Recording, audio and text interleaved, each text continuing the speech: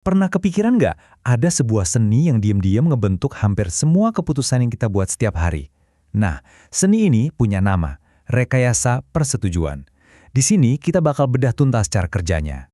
Coba deh ingat-ingat, pas lagi nge-scroll, tiba-tiba pengen beli produk yang bahkan nggak kita butuhin.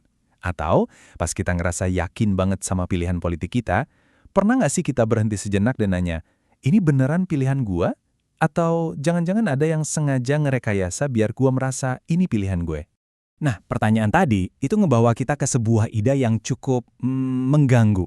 Yuk kita bongkar asumsi dasar kita selama ini.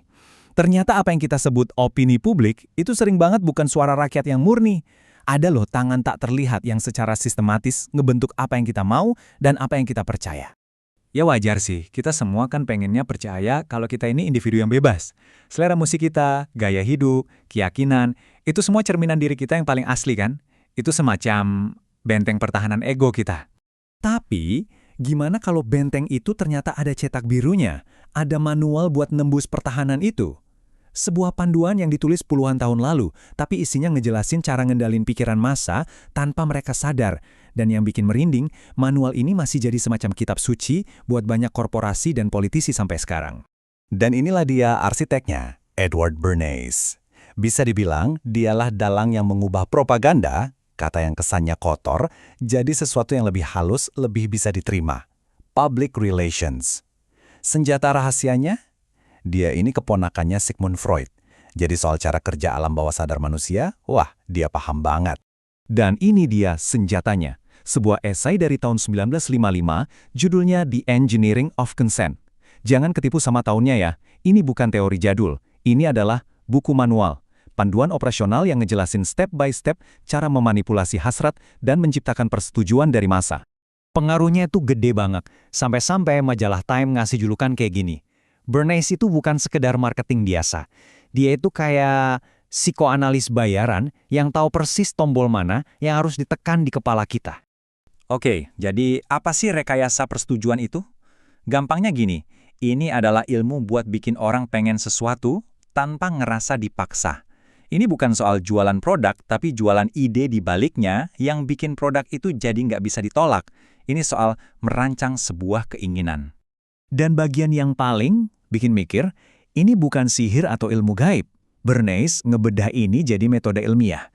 Jadi semacam resep 8 langkah yang bisa diulang sama siapa aja yang mau membentuk opini publik. Yuk kita intip cetak birunya. Coba lihat deh prosesnya. Rapi banget kan? Ini tuh sistematis, bukan cuma ide ngawang-ngawang. Ini kayak mesin. Coba lihat langkah 2, riset publik. Ini bukan sekedar survei loh, tapi benar-benar ngegali ketakutan dan harapan paling dalam dari audiens. Terus, yang paling penting, langkah 5, siapkan tema dan simbol. Nah, ini jantungnya. Disinilah mereka menciptakan pemicu-pemicu emosional yang nantinya disebar lewat media dan para influencer. Semuanya direncanakan. Jadi, satu hal yang perlu kita ingat, tiap kali ada gerakan sosial yang tiba-tiba viral atau sebuah produk mendadak jadi tren, itu hampir nggak pernah kejadian karena kebetulan. Kemungkinan besar, di baliknya ada arsitektur persetujuan yang lagi bekerja, ngikutin cetak biru yang sama persis kayak gini. Oke, sekarang kita masuk ke bagian dagingnya, senjata rahasianya. Bagian yang bikin metode Bernays ini, wow, efektif banget dan jujur aja sedikit berbahaya. Kuncinya adalah memprioritaskan simbol di atas substansi. Lihat deh perbedaannya. Cara lama, cara tradisional, itu nyoba ngeyakinin otak logis kita. Pakai data, pakai fakta, jalannya panjang dan ribet. Nah, Bernays nemuin jalan pintas. Dia bilang, lupain logika. Langsung aja serang jantungnya. Emosi, hasrat, dan ketakutan di alam bawah sadar kita. Dan inilah tombol-tombol yang dia maksud. Keinginan buat merasa aman, ambisi, harga diri, cinta keluarga, ini semua kan ada di dalam diri kita. Bernays tahu banget kalau sebuah ide atau produk bisa nempel sama salah satu motivasi dasar ini, logika bakal kalah telak. Kamu jadinya bukan lagi beli sabun, tapi kamu membeli harapan untuk dicintai. Terus, gimana caranya neken tombol-tombol emosi ini? Jawabannya sederhana, lewat simbol. Anggap aja simbol itu kayak jalan tol, langsung ke alam bawah sadar kita. Nggak perlu lewat macetnya filter logika, langsung nyampe dan ngasilin perasaan. Coba deh, lihat contoh-contoh ini. Nggak perlu analisis ribet kan? Lihat seragam perawat, otomatis kita ngerasa aman. Lihat mobil mewah, langsung kepikiran status. Nah, simbol-simbol ini tuh semacam shortcut budaya yang langsung nembak emosi kita. Dan para arsitek persetujuan ini tahu banget cara pakainya. Oke, ini mungkin kedengarannya kayak pelajaran sejarah ya. Tapi sekarang, ayo kita tarik semua ini ke masa kini. Ke layar ponsel yang lagi kamu pegang. Karena dunia kita sekarang juga direkayasa. Cetak biru yang dulu ditulis Bernays di atas kertas, sekarang itu udah berubah jadi kode. Jadi algoritma yang ngatur feed media sosial kita.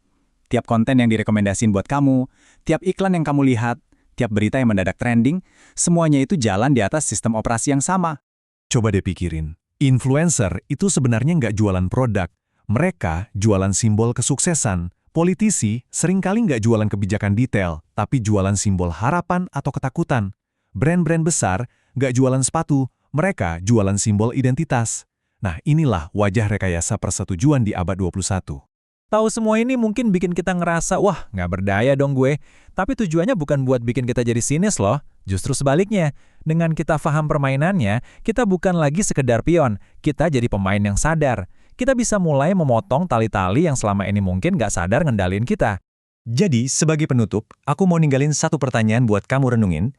Lain kali kamu ngerasa pengen banget sesuatu, atau benci banget sama sesuatu, coba deh berhenti sebentar, tanya ke diri sendiri.